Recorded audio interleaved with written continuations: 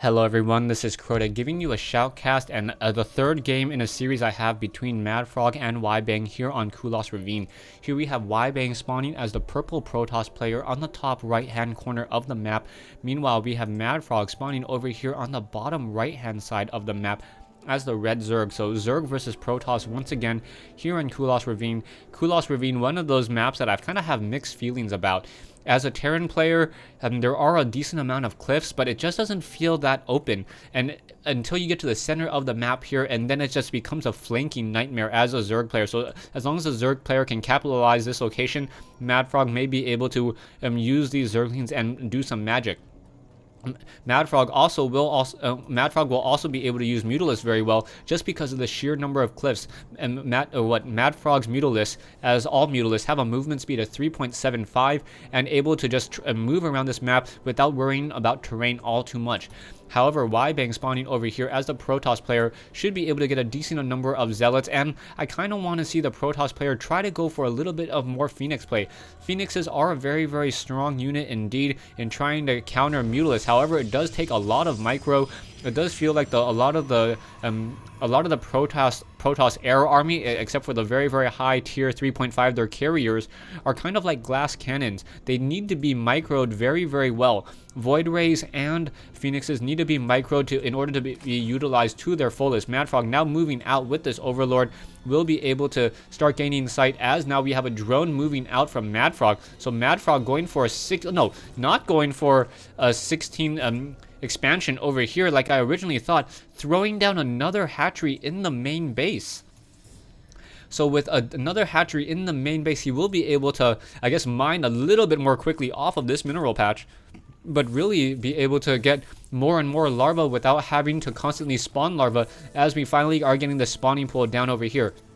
Gateway has been completed, followed by the cybernetics core, and we also have this assimilator over here. So Wibang taking a look at the production count, 560 versus 460.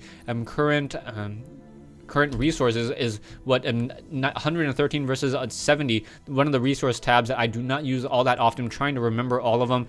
If Blizzard can also move all of the tabs over here to the left side so that it's easier to keep track of everything, that would be very, very helpful. Back over here, hatchery still continuing to be trained and will be able to start spawning larvae and getting more and more drones.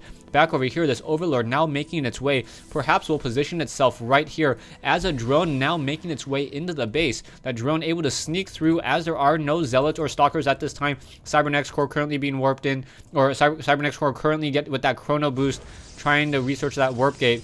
And now we have one gateway.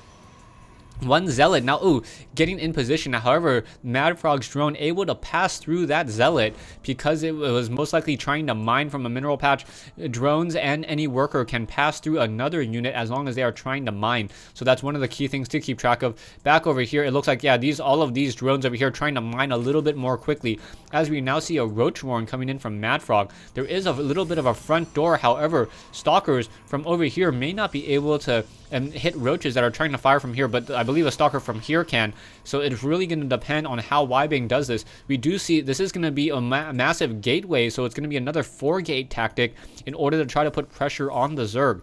However, Roach is now joining in on this army, and now are we going to see this Queen? Yeah, this Queen now trying to take down these destructible rocks. However, the Queen is even worse than Zerglings at trying to take down rocks.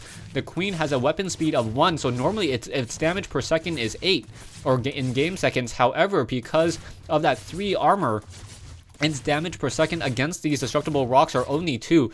Over comes a Roach to try to help out this attack, and this Roach, almost 200, probably a lot, probably about, I can do the math, hold on, 16 minus 3, 13, so 500% faster in destroying these destructible rocks over here. Back over here, we now see a probe now perhaps trying to do some scouting. Will be able to squeeze away, as now we see Stalkers and Sentries trying to take down these destructible rocks. One Overlord will be able to see this and should try to pull out. As soon as those Stalkers are able to take down these destructible rocks, this Overlord will be very, very vulnerable. In comes a probe, and this probe will not be able to do any sort of proxy play just because of a well-placed Overlord by MaDFrog. In moves around this probe. This probe just getting sight as much as he wants. No upgrade to tier 2 just quite yet. And now this queen able to take down that probe right there. Back over here, we now see the roaches moving very, very slowly across the map to the north side. Army-wise, 875 versus 600. So MaDFrog a little bit smaller in terms of army, as down goes these destructible rocks. So rocks have starting to slide down and then disappearing. However, these roaches now making their way. Wibang does know about those roaches now coming in. So moving out with these sentries and these zealots trying to do some sort of protection here. We do see more stalkers and sentries now being brought over as this roach coming into position. Are we going to get a force field? Yeah, nice force field catching a lot of these roaches off guard. Half of the army unable to engage. One of them stuck in that force field right there. And no, two of them stuck in that force field. Sorry, is that one? Yeah, just one stuck right there. And now the army at 525, so only composing of 3 roaches and a few Zerglings. These Zerglings now being forced to move back. Metabolic boost nearing completion. So those Zerglings will have wings in just a moment and be able to move very, very quickly as well. A movement speed beyond 6. The fastest unit in the game. Back over here, a hatchery now almost being done currently at 75% as the Stalkers and Zealots now putting pressure on this destructible rocks as well. So I do not think that MaDFrog will be able to reveal these destructible rocks in time as more and more Zealots joining in on this fight. So this 4-gate push may be successful. Wibang, however, will be supply locked at 64 over 66. Now getting another pylon as well. Production-wise, also getting a nexus on this high ground as these units now make their way up. One roach will be caught out of position, and down it goes, moving very, very slowly. Down it goes, and now in comes this hatchery. Hatchery will also get taken down as well. I do not see any sort of army. Now, the army going to try to move out and put a little bit of pressure. Back over here, there is one zealot, and that one zealot with one sentry holding position may be able to deal enough damage to try to negate any sort of rush. As these units now pulling back, there is this one pylon here that's constantly giving sight. Zerglings realizing that they cannot engage, waiting for the roaches as reinforcement. However, those roaches only move at 2.25 without that movement upgrade, and now those stalkers will be able to get a couple free hits. Does not want to engage. In comes that force field, and Stalkers now engaging as well. Guardian shield now being thrown down. Very nicely done, getting a couple force fields out and trying to make sure that they are not going to get flanked in any real shape or position. Those Zerglings unable to engage as these units now trying to pressure out. Once again, another group of force fields as these roaches unable to fire back. More Stalkers now being warped in as well. Stalkers trying to get into a position so that those Zerglings are unable to get any real serious surround. And more force fields. Roaches now stuck in that force field as well. 2 of them outside of range, and down it goes. And now Wibang doing a great job catching a lot of these units off guard and out of position. The losses for MaDFrog are ramping up over an 1800 mineral difference, and now down go a couple more Zerglings there. So 2 more Zerglings down as this 1700 mineral difference, almost 1800 mineral difference starting to get higher and higher. The hatchery now upgrading to tier 2, but I do not think that the army of MaDFrog will be enough to really be able to push back this attack. One spine crawler, the only static defense at this time. A decent amount of sentries and stalkers moving out. That's a lot of gas in sentries. 800 gas in this fight. Sentries should be throwing down some force field in just a moment. There we go. Finally getting that force field there. Roaches unable to get within combat range because the radius their attack range is 3 and the diameter on a force field is 2. So with that force field diameter of 2, those roaches are unable to engage. And now, very nicely done, positioning themselves in the mineral patch itself. Another force field right here will just complete this game, as all of these drones are going to be forced to continue to mine. More and more stalkers just firing away, but the losses are just going to ramp up. MaDFrog really needs to do something in order to get back in this game. However, the income now severely hurt at 24 compared to 36, and the drones are still continuing to fall down to 17 compared to 36.